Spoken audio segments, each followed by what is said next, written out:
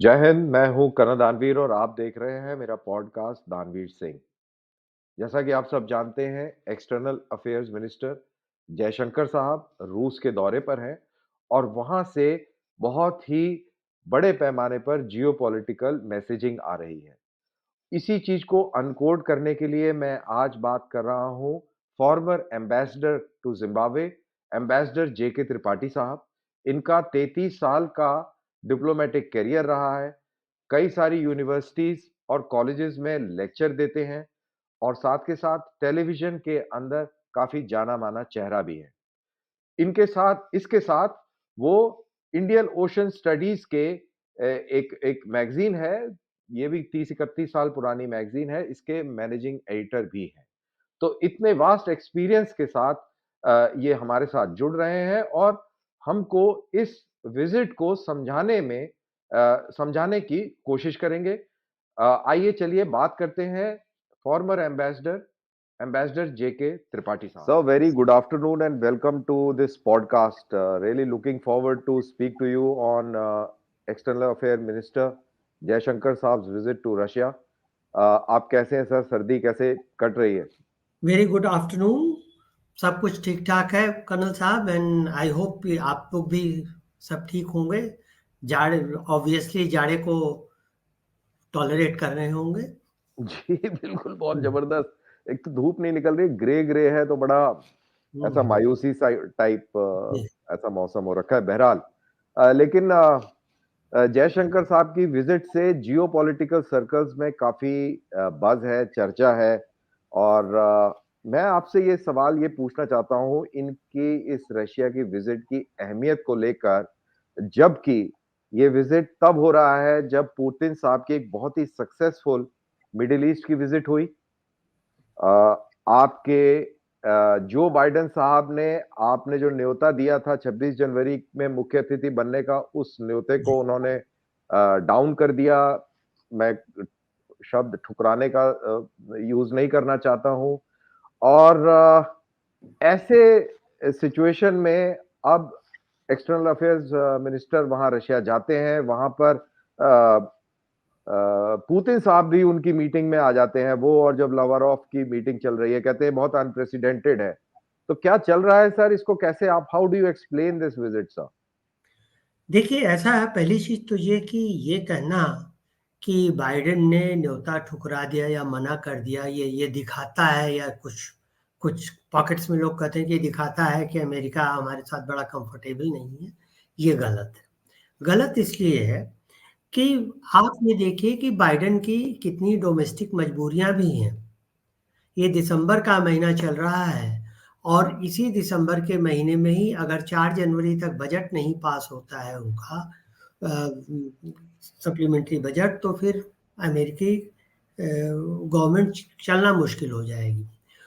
और इसके साथ ही साथ बाइडेन भरपूर कोशिश कर रहे हैं, या डेमोक्रेटिक पार्टी भरपूर कोशिश कर रही है कि यूक्रेन के लिए ज़्यादा से ज़्यादा पैसा मुहैया किया जाए, जिसके लिए रिपब्लिकन्स ने एकदम से मना कर दिया है। उन्होंने कहा कि मेक्सिको बॉर्डर पे जब तक आप फेंसिंग पूरी या वॉल नहीं बनाएंगे, जो कि कई बहुत पहले से प्रस्तावित और अनुमोदित है, तब तक हम आपको यूक्रेन या कहीं और पैसा खर्च करने की अनुमति नहीं देंगे। तो एक वो समस्या आ रही। दूसरी समस्या इजराइल हमास के वार के बीच में आ रही है, उसमें भी उलझे हुए हैं। और इस सारी समस्याओं के साथ समस्या सबसे बड़ी ये है कि अगला साल जो है पुतिन के लिए इलेक्शन, सॉरी, बाइडेन के लिए इलेक्शन ईयर है। तो इस इलेक्शन ईयर में भी बाइडेन को अपनी सारी चीजें अभी इसी एक महीने के अंदर अंदर ही सारी तय कर लेनी होगी। और खास तौर से तब जब आप देखिए कि उनके प्रतिद्वंदी जो है ये रिपब्लिकन पार्टी के ट्रम्प ट्रम्प को अभी अभी वहां की एक कोर्ट ने बरी कर दिया है। तो यानी ट्रम्प अभी इलेक्शन लड़ने के काबिल है। तो ट्रम्प काफी फॉर्मिडेबल वो हो सकते हैं अपोनेंट। तो ऐसी हालत में अब से लेकर के पूरा अगला एक महीना बाइडेन के लिए बहुत ही महत्वपूर्ण होने वाला है। इसलिए बाइडेन नहीं आए, कोई बात नहीं। ऐसा ऐसा हमें वो नहीं, फ्रेंच राष्ट्रपति को हमने कहा फ्रेंच राष्ट्रपति आ रहे हैं, फ्रांस के साथ हमारे रिश्ते बड़े अच्छे हैं।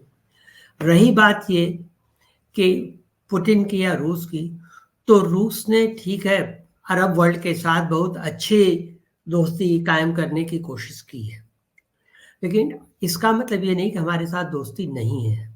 जो शब्द हम यूज करते हैं चीन और पाकिस्तान की दोस्ती के लिए, खासतौर से जो ये दोनों देश यूज करते हैं, ऑल वेदर फ्रेंड, सदाबहार दोस्त, तो कुछ कुछ हमारी दोस्ती भी उसी तरह की, इतने सालों की दोस्ती में दरार छोटी सी चीजों पे नहीं पड़ सकती है, और इतने सालों की दोस्ती भी खत्म नहीं हो सकती। आपको याद होगा कि जब जब हमने अमेरिका से, कांग्रेस के राज में जब हमने अमेरिका से गेहूं मांगा था, हमारे यहाँ काल की दुर्भिक्ष की संभावना थी, उस वक्त उन्होंने कहा था 480 के तहत देंगे। एक दो खेप आई भी नेहरू जी के टाइम में, और उसके बाद जो माल आया वो बहुत ही रद्दी था, घुन लगा हुआ था। और ये भी हुआ कि हम आगे ये भी इसलिए देंगे कि ताकि आप हमारे अंतर्राष्ट्रीय मुद्दों पर हमारा समर्थन करें।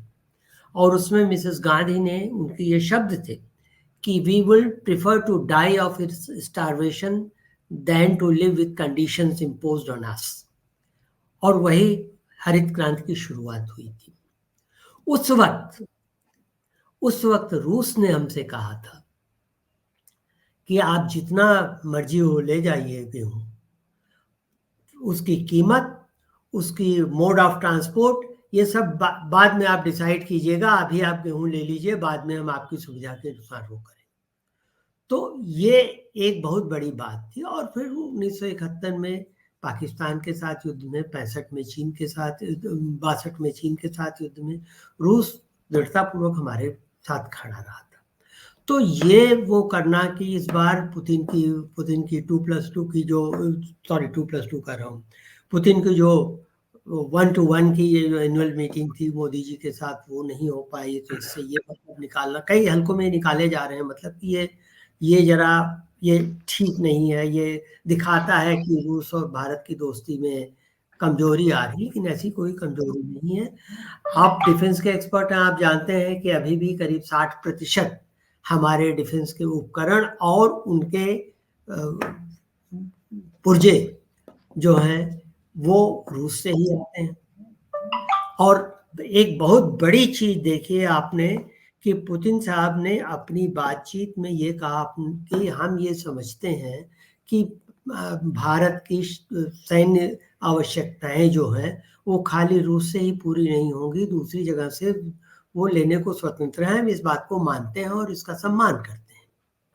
तो ये चीज बहुत बड़ी हो जाती है। अब पुतिन हो या लावरोव हो, दोनों ने बहुत खुले दिल से भारत की विदेश नीति का समर्थन किया है। ये भी कहा है कि आने वाले वक्तों में भारत एक बहुत बड़ी सैन्य शक्ति और वैसे भी एक महाशक्ति बनने जा रही। अब मुख्य मुद्दे जिन पर के जयशंकर की बातें हुई हैं, पहले तो देखिए, पहले तो प्रधानमंत्री मंत्रियों के साथ बातचीत में एक समझौता तो ये हुआ कि कुडनकुलम जो आणविक संयंत्र है उसमें 6 रिएक्टर हैं, न्यूक्लियर रिएक्टर हैं। 6 में से 2 ऑलरेडी चल रहे हैं, 2002 से ये शुरू हुआ है, 2 अंडर कंस्ट्रक्शन है, और बाकी 2 के लिए हमने रूस से बात की है और उस पर समझौता भी हुआ है कि 2027 तक वो दोनों भी बन के तैयार हो जाएंगे। तब कुडनकुलम अपनी पूरी क्षमता यानी 6000 मेगावाट की बिजली वो पैदा करने लगेगा। तो एक तो ये बड़ी चीज हुई। दूसरी चीज, इस पर भी डिस्कशन हुआ और शायद मेरे ख्याल से फाइनलाइज भी हो गया है, program of cooperation between India and Russian far east. आपको याद होगा 4 साल पहले मोदी जी वहां गए थे, तो वहां $1 बिलियन का उन्होंने कहा था कि हम भी इन्वेस्ट करेंगे, हम इसमें ग्रांट देंगे। और उसके बाद ये था कि रशिया के फार ईस्ट में, क्योंकि सखालिन 2 में काफी ज्यादा मात्रा में तेल है और अभी हम तेल ले रहे हैं, और उसी की वजह से देखिए हमारा द्विपक्षीय व्यापार जो है वो अभी पिछले साल 49.7 बिलियन डॉलर था, अरब डॉलर, और अब अभी 52 अरब डॉलर के करीब पहुंच चुका है। जी, तो जी। हम सस्ते में उनसे तेल ले रहे हैं। और तेल हम और आगे लेते रहें, इसलिए ये समझौता ज़रूरी था, फाइनलाइज़ करना जो था प्रोग्राम ऑफ कोऑपरेशन, क्योंकि हमारा वहाँ निवेश भी ओएनजीसी विदेश से हो रहा है। मैं जेके सर आपको थोड़ा-सा इंटरप्ट करता हूँ। अ, लेकिन एक बात ये भी तो है कि रूस ने अभी तक जो चाइनीज़ विज़न है ऑफ इंडो पैसिफिक उसको हुँ। नहीं नकारा है, वो उसके साथ खड़ा हुआ है और वहाँ पे इंडिया के साथ में एक तरीके से आइडियोलॉजिकल क्लैश भी नज़र आ रहा है। तो मतलब एकदम जैसे हमने वर्ड यूज़ किया ऑल वेदर फ्रेंड, तो कहीं न कहीं ऑल वेदर फ्रेंडशिप में ये चाइनीज़ एंगल थोड़ा-सा वो फ्रेंडशिप में थोड़ी खटास भी डालता है। व्हाट डू यू से ऑन दैट? देखिए कर्नल साहब, अ, ये बात तो मान लीजिए कि 2 देशों के बीच में जो जो संबंध होते हैं, वो हमेशा 100% ठीक-ठाक, 100% स्मूथ नहीं रहते। हाँ, पति-पत्नी के बीच में भी हमेशा 100% सिमेट्री नहीं रहती, सिनर्जी नहीं रहती। और हम ये भी मान के चलते हैं कि आज के परिप्रेक्ष्य में किसी भी दूसरे देश का तीसरे देश के साथ संबंध बनाना हमारे लिए चिंता का विषय नहीं होना चाहिए, जब तक कि वो सीधे-सीधे, इस बात पे ध्यान दीजिएगा, सीधे-सीधे जी, हमारे हितों पर आँच ना आए। चीन का और रूस का जो इंडो पैसिफिक में जो एक एक मत है, वो ये गनीमत है कि सीधे-सीधे भी हमारे ऊपर उसकी कोई आँच नहीं आ रही है।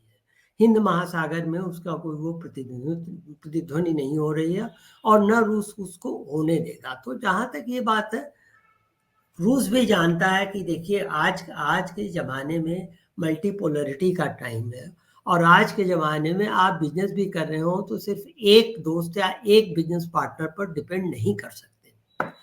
हम खुद देखिए रूस पर और अमेरिका पर और फ्रांस पे डिपेंड कर रहे हैं डिफेंस के मामले में, और रूस ही जान रहा है, रूसी राष्ट्रपति ने इसकी तस्दीक भी की है कि हाँ भाई, हम ये मानते हैं। इन इन हमें इन कोई- जी। इनफैक्ट इंडिया ने मल्टीपोलैरिटी को रूस के इस विजिट में मतलब एक्सटर्नल अफेयर्स मिनिस्टर जयशंकर के इस विजिट ने मल्टीपोलैरिटी को बहुत स्ट्रांगली अंडरलाइन कर दिया है। इनफैक्ट जहां पर ये बातें होने लग गई थी कि इंडिया ऑलमोस्ट अमेरिका के खेमे में जा चुका है, मेरे ख्याल से कहीं ना कहीं उस तरीके के डाउट्स और हिंदुस्तान की स्ट्रेटेजिक ऑटोनॉमी जो हमारी शुरू से रही, आपने इंदिरा गांधी जी का हवाला दिया गेहूं के संदर्भ में, तो हमारी जो स्ट्रेटेजिक ऑटोनॉमी रही है, इस सब चीज को अंडरलाइन करता है ये विजिट जो है। तो उस लिहाज से भी देखा जाए तो बहुत इंपॉर्टेंट है। Multipolarity is the key word. जी, बिल्कुल।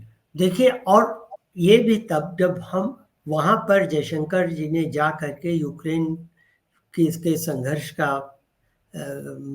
को का संकेत दिया, यूक्रेन के संघर्ष को इंडिकेट किया, और ये कहा कि हम संघर्ष के खिलाफ हैं, ज़्यादा से ज़्यादा, जल्दी से जल्दी युद्ध विराम होना चाहिए और निगोशिएटिंग टेबल पे बातचीत करनी चाहिए।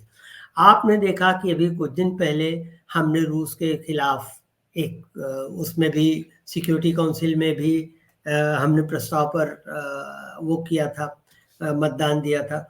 तो हम भी जब ये दिखा रहे हैं कि हाँ, हम 100% शत प्रतिशत आपके साथ नहीं, क्योंकि अगर आप शत प्रतिशत किसी के साथ हैं, तो आप उसके खेमे में हैं या वो आपके खेमे में है।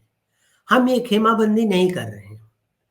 हम जी, वो चीज़ नहीं कर रहे हैं जो कोल्ड वार के टाइम थी कि शत शत प्रतिशत या तो नाटो की बात मानिए या वार्सो पैक्ट की बात मानिए।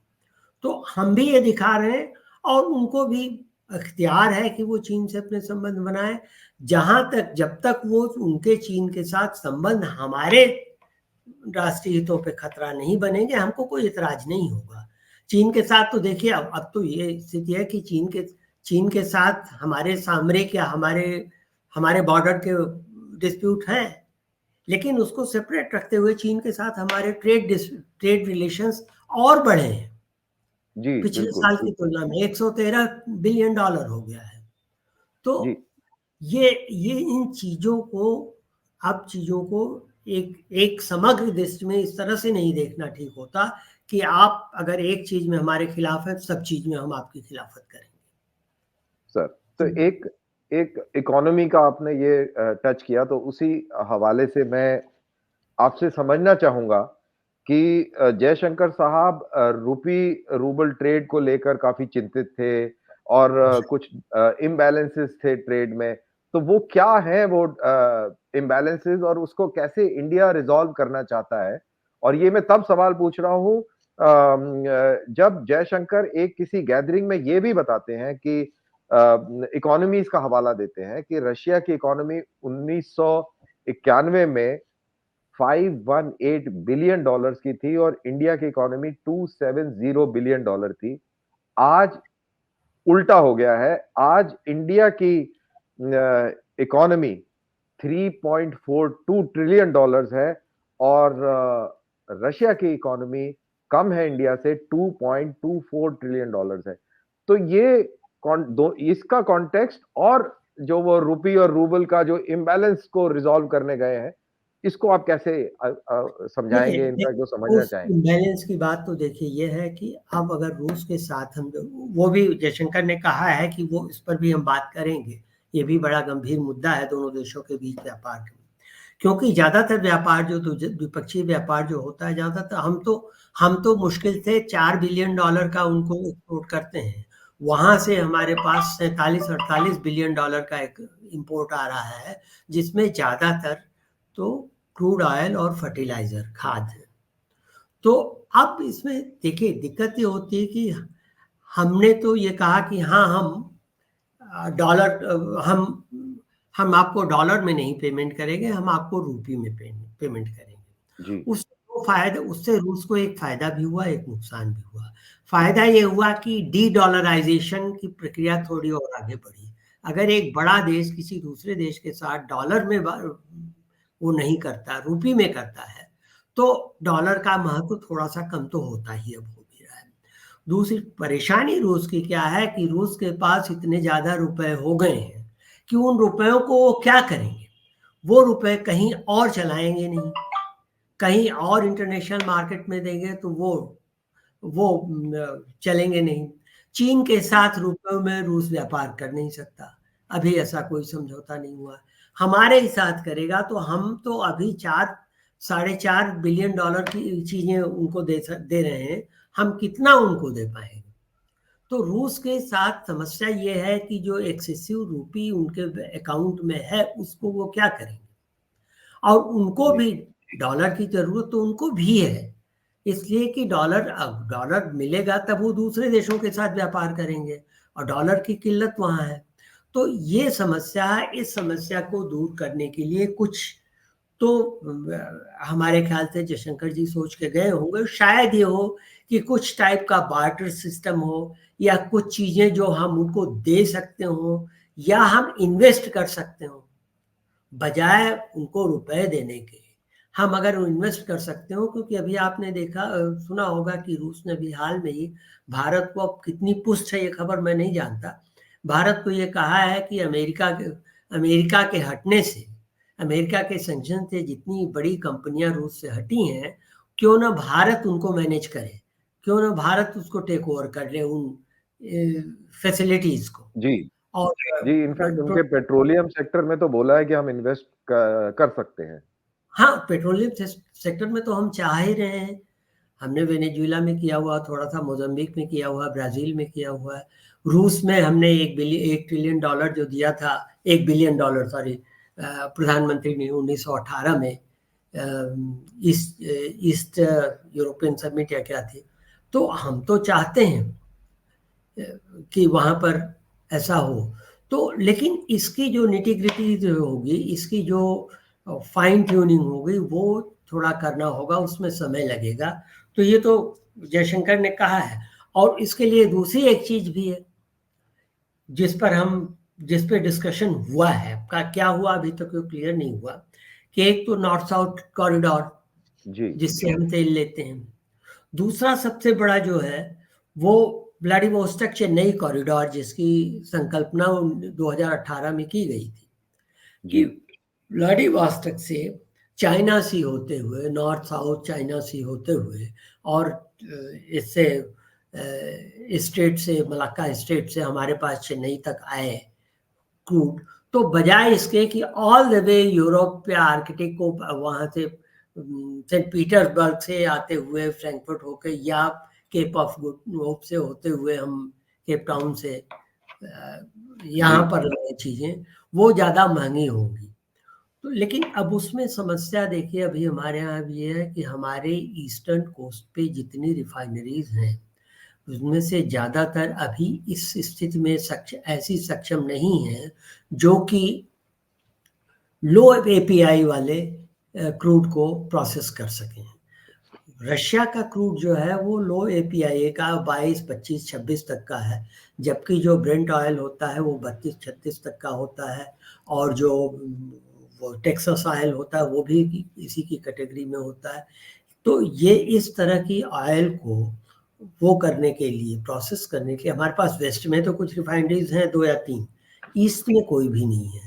तो जब तक हम ऐसी रिफाइनरीज नहीं ले पाएंगे तब तक वो हमारे लिए बहुत ज़्यादा इकोनॉमिकल नहीं पड़ेगा। इसलिए उसको जारी करने के लिए, और उसको जारी करने के लिए एक चीज़ आप ये भी देखिए कि जब चीन इंडो चाइना में इतनी परेशानियां खड़ा कर रहा है, इतने पैर पसार रहा है, ऐसी हालत में रूस से भारत को सप्लाई जो है उस रूट से, व्लादिवोस्तोक चेन्नई रूट पे पर सुरक्षित रूप से हो सके, इसके लिए जरूरी है कि रूस चीन को भी, चीन से भी इनकॉर्पोरेट करें। गारंटी करे या कोऑपरेशन मांगे। और मेरे ख्याल से अभी रूस इस स्थिति में है कि वो चीन से मांग सकता है, चीन उसको दे भी सकता है। तो अब बात यहीं पे आ जाती है कि हम रिफाइनरीज अपनी जल्दी, शायद 1 या 2 रिफाइनरीज ऐसी और एस्टेब्लिश करने का प्रोविजन है। तीसरी जो चीज इसमें है, जो जिस पर और बात होगी, वो होगी आर्कटिक सी रूट। जी, पोलर जी। में साइबेरिया से ऊपर नॉर्थ में आर्कटिक की ओर जा करके और वहां से फिर लेफ्ट या राइट हो करके आए, वो भी काफी, वो भी एक ऑप्शन काफी जी। नहीं लेकिन कुछ बेनिफिशियल, कुछ फायदेमंद इकोनॉमिकल हमारे हो सकता है, उसमें हो सकता है हम कुछ फाइनेंशियल सहयोग भी करें उसको डेवलप करने में। तो ये चीजें अभी बातचीत के स्तर पर है, और प्लस डिफेंस में भी कुछ और प्रोक्योरमेंट की मेरे ख्याल से बात होगी। और रूस हमारा देखिए स्ट्रेटेजिक पार्टनर है, एडवांस हमारे हमारे साथ रूस के रिलेशंस भी एडवांस में हैं। तो ये सब देखते हुए मुझे लगता है कि इस विजिट का कोई एक और भी सकारात्मक परिणाम निकलेगा, जिसके बारे में हम लोग अभी नहीं सोच पा रहे हैं। मोदी जी का इनविटेशन, तो मोदी जी की चिट्ठी उन्होंने दे दी है जयशंकर ने, और ये कहा भी कि आगे कभी भी हम अर्लीस्ट अवेलेबल डेट पर मिलेंगे, जो भी पॉलिटिकली कन्वीनियंट हो दोनों के लिए। अब देखिए ये भी बहुत बड़ी बात है, पॉलिटिकली कन्वीनियंट। इसका क्या मतलब हुआ इन द डिप्लोमेटिक लैंग्वेज? इसका मतलब ये हुआ कि कन्वीनियंट तो हो, लेकिन जब आप भी पॉलिटिकली ऐसे स्थिति में हो कि आप हमसे बात कर सकें, हम भी ऐसी स्थिति में हो कि अमेरिका को तब तक मना ले कि हाँ हम समिट मीटिंग करने जा रहे हैं, जो कि पहले से प्रस्तावित है। तो और 2+2 तो हमारी है ही इनके साथ। तो मतलब कि ओपन एंडेड है कि जब होगा तब करेंगे। ये ओपन एंडेड है, जब भी होगा, जब भी दोनों पक्ष सहमत होंगे म्यूचुअली एग्रीएबल डेट पे हम मिल लेंगे। तो ये सिनारियो है यहाँ पे। सर एक लास्ट मैं सवाल आपसे पूछना चाहूंगा मिडिल ईस्ट को लेकर, in context to Russia. Middle east को लेकर यहाँ पर इंडिया के अपने बहुत अच्छे इंटरेस्ट हैं, और हमने देखा जैसे हमने यूक्रेन के अंदर न्यूट्रलिटी बना के रखी, ऐसे ही हमने इजराइल गाजा में भी न्यूट्रलिटी बना के रखी। इजराइल के साथ भी अच्छे संबंध है और अरब मुल्कों के साथ भी हमारे संबंध बिगड़े नहीं है। ऐसे में क्या ऐसा हो सकता है कि भारत की इस विजिट से अमेरिका ना खुश हो, क्योंकि यूक्रेन को लेकर भी इशू है, और जैसा कि आप बता रहे हैं नॉर्थ साउथ कॉरिडोर की जब बात करते हैं तो वो ईरान के थ्रू वो रास्ता आता है। ईरान को अभी हाल ही में उन्होंने कैंप प्लूटो के ऊपर हमले का दोषी अमेरिका ने ठहराया है। तो ये बहुत ही कॉम्प्लेक्स चीज बन जाती है कि हमारी दोस्ती अरब लोगों के साथ भी है, ईरान के साथ भी है, रशिया के साथ भी बहुत ज़बरदस्त है, इज़राइल के साथ भी है और हम अमेरिका के साथ में 2+2 भी कर रहे हैं, यूएई के साथ में मिलके। तो ये बहुत खिचड़ी नहीं पक गई है और ऐसे में इंडिया का क्या लोका स्टैंडर्ड है? क्या है किस टेरा फर्मा पे खड़ा हुआ है इंडिया? नहीं, देखिए ऐसा है कि जहाँ तक अमेरिका के नाखुश होने की बात है, अमेरिकन पॉलिटिकल कमेंटेटर्स हो सकता है कुछ नाखुश हों, लेकिन बाइडेन भी जानते हैं और अमेरिकी गवर्नमेंट भी जानती है कि भारत का एशिया में साथ लेना उनकी मजबूरी है और बहुत बड़ी मजबूरी है, एकमात्र रास्ता है, क्योंकि चीन और रूस को एशिया में काउंटर करने के लिए उनके पास ताइवान या जापान नहीं है। जापान भले ही इकोनॉमी हो बड़ी हमसे, जी, लेकिन जी। जापान की न उतनी स्टैंडिंग है, न उतनी उसका कद है हाँ, अंतर्राष्ट्रीय। वो नहीं है, कैपेसिटी वॉल्यूम हाँ, नहीं है। तो इसलिए उनकी इसीलिए मैं तो ये कहता हूँ कि हमारी स्थिति तो ऐसी सुंदर लड़की की तरह हो गई जिसको हर पार्टी डेट करना चाहते हैं, वो कहती है कि नहीं अभी हम स्वयंवर नहीं करेंगे। आप ये सोचिए, आप ये सोचिए कि नाटो का मेंबर होने के बावजूद तुर्की के ऊपर प्रतिबंध लगा दिया गया क्योंकि उसने S-400 मिसाइल ली थी रूस से। जी, नाटो का मेंबर न होने के बावजूद और हमने रूस से न सिर्फ तेल लिया, न सिर्फ S-400 लिया, बल्कि तेल भी लिया और तेल को रिफाइन करके ईयू में बेचा भी। लेकिन अमेरिका ने अभी तक तो सैंक्शन नहीं लगाया कैप्सा में हमारे ऊपर इस बात पे। लेकिन परेशान तो होगा ना? परेशान है, परेशान होने दीजिए, तो परेशानी तो ये तो होता रहता है इंटरनेशनल डिप्लोमेसी में। और अब रही बात ये कि जैसे हम U2 I2U2 में भी हैं, हम अमेरिका के साथ भी हमारे अच्छे रिलेशंस हैं, हमारे रिलेशंस रूस के साथ भी हैं और हम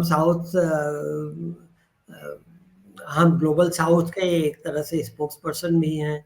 हम ब्रिक्स में भी हैं दोनों देशों के साथ, रूस और चीन के साथ।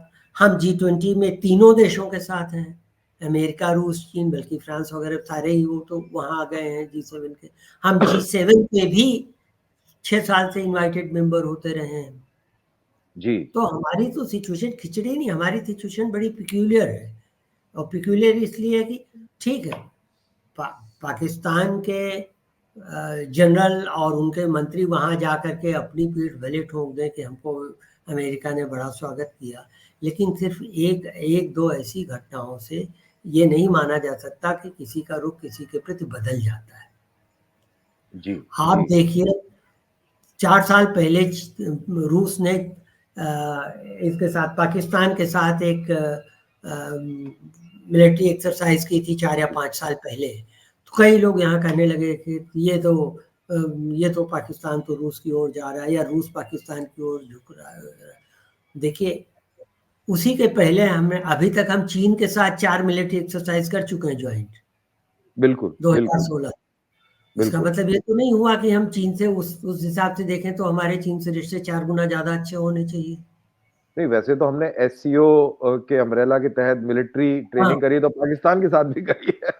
हाँ। तो वो वो 1-2 घटनाओं से ऐसा कोई वो नहीं लगता। अभी तो देखिए बाइडेन के लिए भी ज़रूरी है, इसलिए भी ज़रूरी है, इलेक्शन में भी एक बहुत बड़ा चंक वहाँ इंडियंस का है। पीओआई वो का जी, इंडियन ओरिजिन का जो है, हाँ, हाँ, पीआईओ, उनका है। हाँ, पीओआई सॉरी। नहीं, नहीं, हाँ, पीओआई का उनका उनका एक बड़ा चंक है। तो एक चीज़ वो है। दूसरी चीज़ ये है कि भारत के साथ रिश्ते चूँकि सारे पक्षों के साथ अच्छे हैं। आप चीन और जी, पाकिस्तान छोड़ दीजिए, जी, सारे पक्षों के साथ अच्छे हैं। इसलिए क्या है कि भारत एक ऐसी पोजीशन में है जहाँ सब ये कोशिश कर सकते हैं कि भारत को अपनी ओर रखें। हाँ, to keep in good humour, ताकि मौका आने पे भारत उनकी ओर से या भारत उनको परेशानी से बचा सके। जी। एम्बैरेसमेंट से बचा सके। नहीं, इनफैक्ट वो आप बिल्कुल सही कह रहे हैं और आपने शुरू में ये भी पूरा बताया कि क्यों जो बाइडेन इंडिया नहीं आ रहे हैं। आपने डोमेस्टिक पॉलिटिक्स, इलेक्शन और ट्रम्प और वो सारे पॉइंट्स गिनाए। लेकिन इंडिया की तरफ से भी कई सारे तज्ज़ियाकार ये कह रहे हैं कि बांग्लादेश को लेकर इंडिया नाखुश है अमेरिका के पॉइंट से। फिर इंडिया पाकिस्तान के हवाले से भी प्रसन्न नहीं है। और इंडिया का भी एक नाखुशी के कुछ कारण हैं।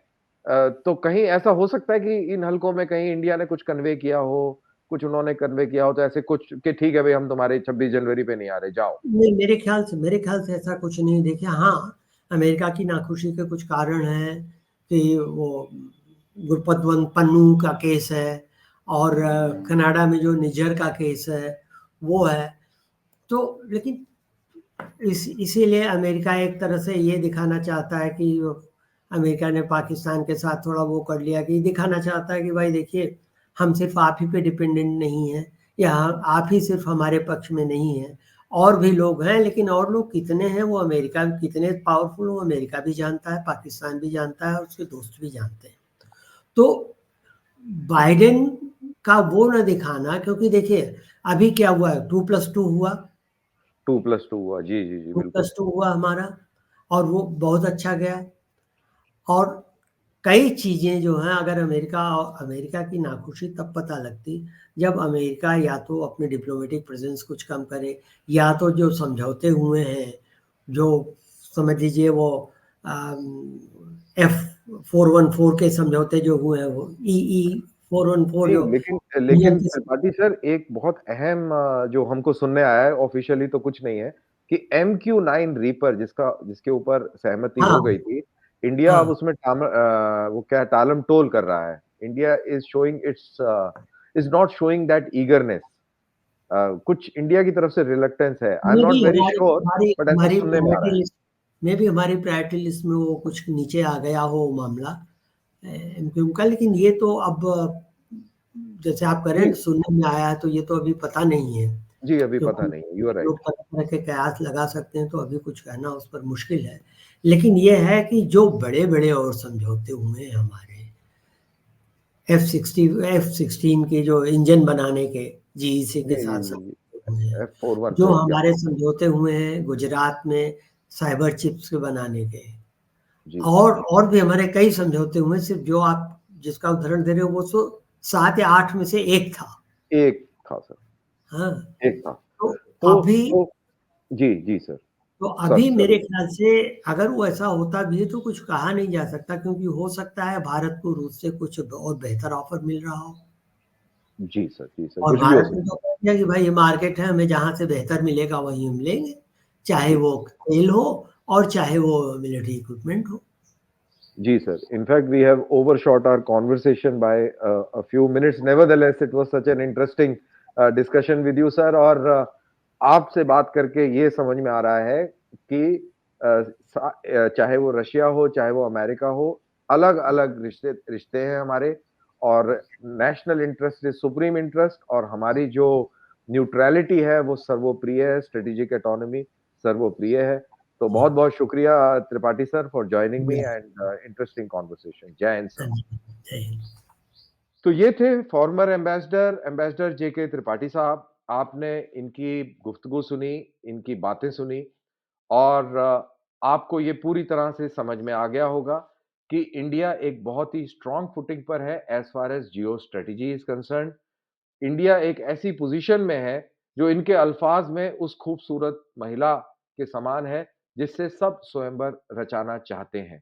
तो इंडिया एक बहुत ही चूज़ी पोजीशन में है when it comes to geo strategy and selecting its friends. India अपना नेशनल इंटरेस्ट और अपनी स्ट्रैटेजिक ऑटोनॉमी को बरकरार रखते हुए अपने इंटरनेशनल रिलेशनशिप्स बना रहा है। तो आई होप आपको ये पॉडकास्ट पसंद आया। आप प्लीज़ इसको लाइक कीजिए और अपने मित्रों के साथ शेयर कीजिए और अगले वीडियो का इंतज़ार कीजिए। जय हिंद।